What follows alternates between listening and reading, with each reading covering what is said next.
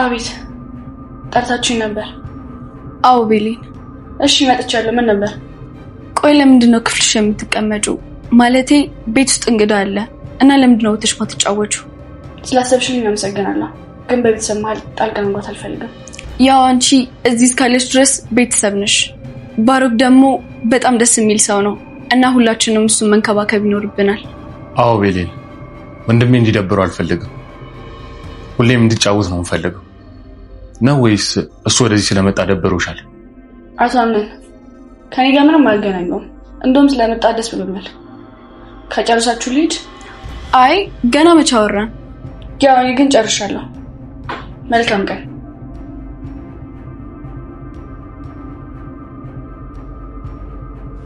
ቆይ እንዴት ነው የሚያደርጋት? ተያት ማሪያ፣ እንደፈለገች መሆን ትችላለች። ቤሌን የወሰነችው ውሳኔ ተመልካቾችን ሁለት ቦታ ከፍሏል።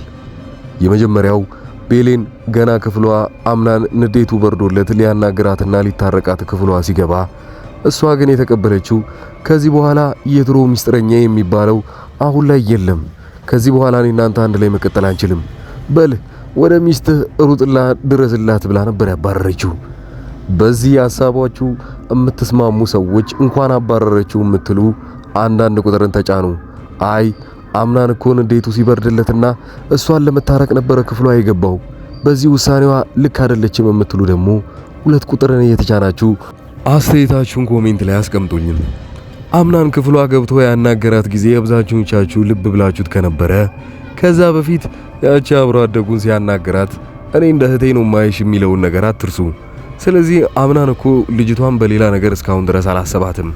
ልጅቷ ናት እንጂ ቀድማውኑ የራሷ ለማድረግና ወደፊት አግብታው ለመኖር እሱን የመረጠችው አሁን ላይ ከባድ ሆኖ ቢሰማትም ማለት ነው። አምናን ይሄንን ነገር ያደርግ እንጂ በዚህ በኩል ሌላ ምንም አይነት ነገር እንደሌለው ቢያውቅም ግን ቤሌን እየተጎዳች እንደሆነ ልብ አላለም። የመጀመሪያው ከሱ ጋር መጣላቷና መኮራረፋቸው የሱ ጥፋት ቢሆንም ያው ነገር ለምን ደበቅሽኝ ብሎ ነበር ያኮረፋት። በዛም ምክንያት ነበር የተራራቁት። ይህንን ነገር ለማስተካከል ቤሌን ብዙ ጊዜ ጥራለች። እንደውም በቀላሉ እንታረቃለን ብላ ቤሌን ብታስብም ከታረቅም በኋላ ጄሪን ወደዚህ ቤት እንዲመልሳት መልሼ መናገር አለብኝ ብላ ነበር ያቀደችው። እንኳን ጄሪን ወደዛ ቤት ውስጥ ልትመልስ ይቅርና ራሷም መታረቁ ከብዷታል። አምናን እስካሁን ድረስ እልህም በልህ ነው ይዞ እየሄደ ያለው። ክፍሉ ገብቶ እንኳን ሊያናገራት የሞከረ ሰዓት ላይ ንዴቱ በርዶለትና ተረጋግቶም ቢሆን ቤሌን ግን እንደዛው አልጠበቀችውም። እኔ ቀላል ሰው አይደለሁም ነው ብላ የምታስበው። አብዛኞቻችሁ ለቤሌን ምክር እየሰጣችኋት የነበረ ጊዜ እሷ ራሷን ማስጠበቅ የምትችለው ራሷ ነች። እንደዚህ የለመነችውና አብራው በመተውን ጊዜ አምናን ጥፋት እያጠፋ ነው። አሁን ሁለተኛውን መንገድ መሞከር አለባት ብላችኋል። ሁለተኛው መንገድ የሚሆነው እንግዲህ ራሷን መጠበቅ፣ ብቻዋን መሄድ፣ ምናልባት አዳዲስ ሰዎች ከመጡ መተዋወቅ፣ ውጪ ማብዛትም ጀምራለች ቤሌን። ውጪ የምትሄደው ራሷን ለማዳመጥና የተለያዩ ነገሮችን ወደ ኋላ መለስ ብላ ለማሰብ ነው። አምናን ግን በዚህ ሰዓት ላይ የተሳሳተ መረጃ ደርሶታል። ወይዘሮ ወይንም እናት ዛህራን ሄዶ ሊጠይቃት ሲል እሷ ወደ ውጭ የምትወጣው ቅርብ ጊዜ የተዋወቀችው ሰው አለ፣ በስልክም እያወራችው ብዙ ጊዜ ሰምቻለሁኝ፣ እሱን ለማግኘት ነው የምትሄደው ያለችው። እሷ ጥሩ ነገር አስባና አምናን ተናዶ ሊታረቃት እንዲፈልግ ነበረ። አምናን ያሰበው እዚህ ቤት ውስጥ ለካ የተለየ ባህሪ እያሳየችኝ የነበረውና ማለትም ስትነጫነጭ የነበረው ቤሌን አዲስ ሰው ስለተዋወቀች ነው እንዴ ብሎ እንዲያስብ ያደርገዋል። እዛ ቤት ውስጥ የሱ ትክክለኛ ወንድሙ አምናን ግን ወንድሙ ያልመሰለው አዲስ ሰው እንደገባ ታውቃላችሁ። ይሄ ሰውዬ ዋላ ታሪኩን ብዙ ጊዜ ነግሬያችኋለሁ ባለፉት ቪዲዮዎች ላይ እና ወደዚህ ቤት የሚገባው እሱን ለመበቀልና እያንዳንዱ እሱ ያሳለፋቸውን በልጅነቱ የተሰቃየበትን ነገሮች እንዳለ አምናን ወንድሙ እንዲቀምስለት ይፈልጋል። ነገር ግን በምን መልኩ ማድረግ እንዳለበት አያውቅም። ገና እንደገባ ለበቀል እንደሆነ ቀድማውኑ ያወቀችው የአምናን አክስት ወይንም ደግሞ እዛ ቤት ውስጥ ታውቃላችሁ፣ በዛ ሰዓት ላይ ተቆጣጣሪውና ዋናው የዛ ቤት መሪ እሷ ነበረች። ግን ራሷ የማይሆን ስህተት ወደዚህ ቤት ውስጥ አምጥታለች። ያም ስህተት የነበረው ወንድሙን ማስተዋወቅ ነው። ከአምናን እናት ቃል እንደተቀባላት ወይንም ደግሞ የአምናን እናት ቃል ያስገባቻት በጭራሽ እነዚህ ሁለት ወንድማማቾች እድሜ ልክ ሳይተዋወቁ ሁለቱም መኖር አለባቸው ብላ ነበር ቃል ያስገባቻት። አክስትየው ግን ገና በወጣትነት እድሜያቸው ሁለቱ እንዲተዋወቁ አድርጋለች። በክፍል 41 ላይ የመጀመሪያው የሚፈጠረው ነገር ያው አሁን ላይ አዲስ የመጣው ልጅ ከቤሌን ጋር አንድ ላይ ለመጀመሪያ ጊዜ ወክ የሚወጡ ይሆናል። ወክ ሲወጡ ታዲያ እሱም ያለፈ ታሪኩን የሚነግራት ይሆናል፣ እሷም እንደዛው።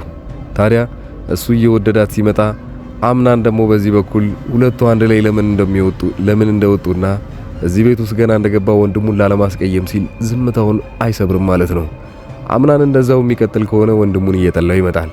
የሚወዳትንና የሚያፍቅራትን ቤሌን ይቀማኛል ብሎ ስለሚያስብ፣ ነገር ግን እሱ አብሮት የሚውላትን ልጅ አስቧት አሁን ላይ እሷ ትልቅ አድቫንቴጅ ይሆናታል።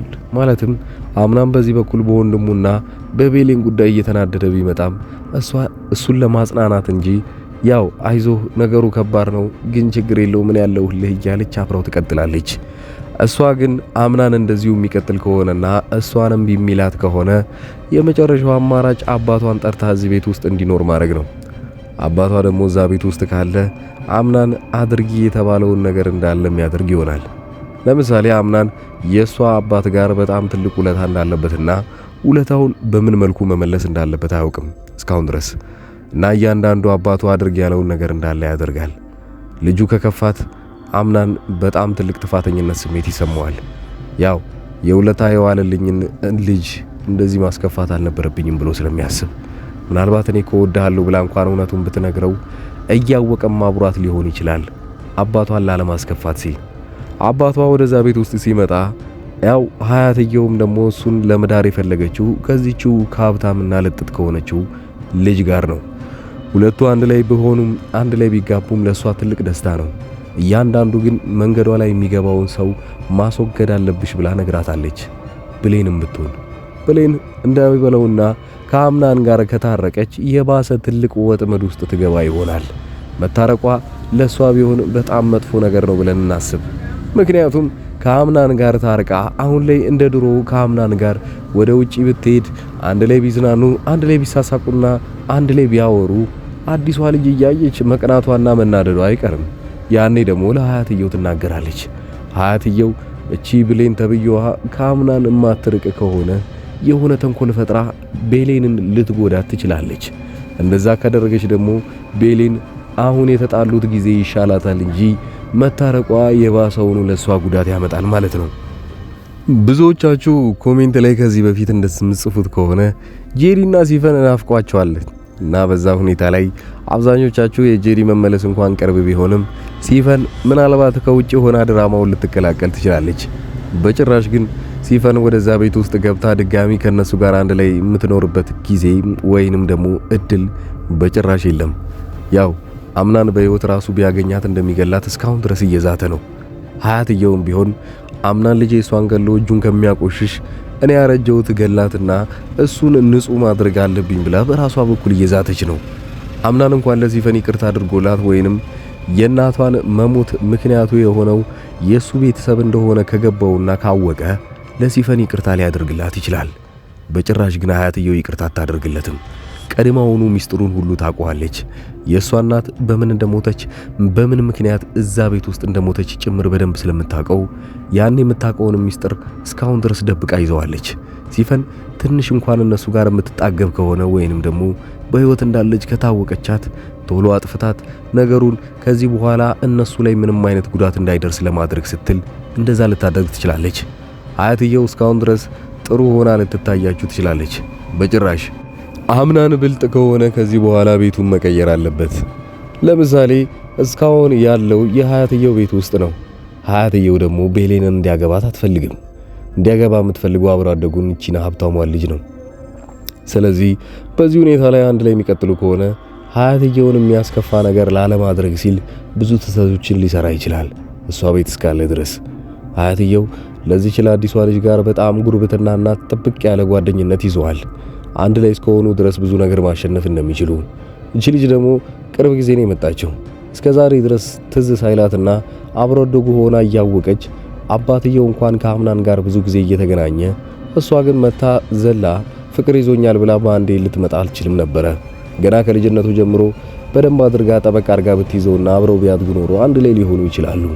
አሁን ላይ ግን ከመሬት ተነስታ ድንገት መታ እሱ ህይወት ላይ ገብታ ሚስቱ ካልሆንኩኝ ካለች የሆነ ነገር አስባ እንጂ በጭራሽ ሌላ ትክክለኛ መንገድ የለውም። ምን ይታወቃል ከአባቷ ጋርም ተስማምታ የአምናንን ሙሉ ንብረትና ሰነዶችም ወይንም ደግሞ ካምፓኒውን እንዳለ ሊዘርፉትም ሊሆን ይችላል። ይህን በቀጣዩ ክፍሎች እናያለን። አምናን የራሱን ቤት የሚይዝ ከሆነና ሙሉ ለሙሉ ራሱን መወሰን እንዲችል ካደረገ በኋላ ከብሌን ጋር አንድ ላይ ተስማምቶ መኖር ይችላሉ። አሊያም ግን አሁንም ሀያቱ ቤት እስካለ ድረስ እና እቺ አዲሷ ልጅ ከዛ ቤት ካልወጣች ብሌንና አምናን በጭራሽ ሰላም አያገኙም። በተለይ ወንድሙ። በቀጣይ ቪዲዮ እስክንገናኝ ድረስ ዩቲዩብ መጀመር የምትፈልጉ ሰዎችና ጀምራችሁ ያላችሁ ሰዎች አንዴ አሪፍ የሆነ ምክር ልስጣችሁ። የመጀመሪያው ዩቲዩብ መጀመር የምትፈልጉ ሰዎች በተለይ ኢትዮጵያ ውስጥ ሆናችሁ በጣም አሪፍና ለስራ ምቹ ከሆነላችሁ ስልክ ብቻ በቂ ነው። ይህንም በምትሰሩበት ጊዜ አሁን ላይ ዶላር ምን ያህል እንደመጨመረም ስለምታውቁ ነገሩ በዩቲዩብ ትንሽ ብር እንኳን ብታገኙ ወደ ኢትዮጵያ ሲቀየርላችሁ አሪፍ ብር ይሆናል። አብዛኞቹ ሞኔታይዝ ለመሆን በጣም ከባድ ሁኔታ ላይ ናቸው። እንደ በፊቱ ዩቲዩብ አሁን ላይ በጣም ከባድ የሚሆነው ዋች አወርና ዩቲዩብ ቪዲዮአችሁን ሼር ለማድረግ ወይንም ለብዙ ሰዎች ለማዳረስ ሲል ቀለል ያለ መንገድን ይዟል። እንደ በፊቱ ዩቲዩብ ከባድ አይደለም። አሁን ከቲክቶክ ጋር አንድ ላይ ውድድር ላይ ስለሆኑ ዩቲዩብ አሸንፎ ከዚህ ነገር ለመውጣት ሲል በጣም ትናንሽ ዩቲዩበሮችን እያገዘ ይገኛል። አሁን ዩቲዩብ የምትጀምሩበት ጊዜ ነው ማለት ነው። አሁን ላይ ዩቲዩብ ጀምራችሁ እስካሁን ድረስ ሞኔታይዝ ያላደረጋችሁ ሰዎችና ዩቲዩብ ገና ከአዲስ ከስር መሰረቱ መጀመር የምትፈልጉም ሰዎች ካላችሁ እዚህ ታች በማስቀምጥላችሁ ስልክ ቁጥር ቴሌግራም ላይ አናግሩኝ። እንደ አዲስ አብረን ኮላብሬት አድርገን ሁላችንም የምንሄድ ይሆናል። ኮላብሬት ስንላችሁ ከዚህ በፊት አይታችኋል። ትላልቅ ቻናሎች ኮላብሬት ያደርጋሉ። 100,000 ፎሎወር ያለውና ሌላ 90,000 20,000 ያለው ፎሎወር ጋር ኮላብሬት አደረጉ ማለት አንድ ላይ የሰሩትን ቪዲዮ በሁለቱም ቻናል ላይ ሼር ይደረጋል። የሁለቱም ሰብስክራይበሮች ያንን ቻናል ወይንም ያንን ቪዲዮ ያገኙታል ማለት ነው። በዚህ ሁኔታ ላይ በጣም ቀላል መንገዱ ቪው እይታችሁ በጣም ባሪፉ መንኩ ይሄዳል። ሰዓታችሁንም ባንዴ ሞልታችሁ ሞኔታይዝ ማድረግ ትችላላችሁ። ታዲያ በዚህ ሐሳብ የምትስማሙ ብቻ እንዳልኳችሁ ቴሌግራም ላይ ኑ። ቀጣይ ቪዲዮ ላይ እንገናኛለን። መልካም ጊዜ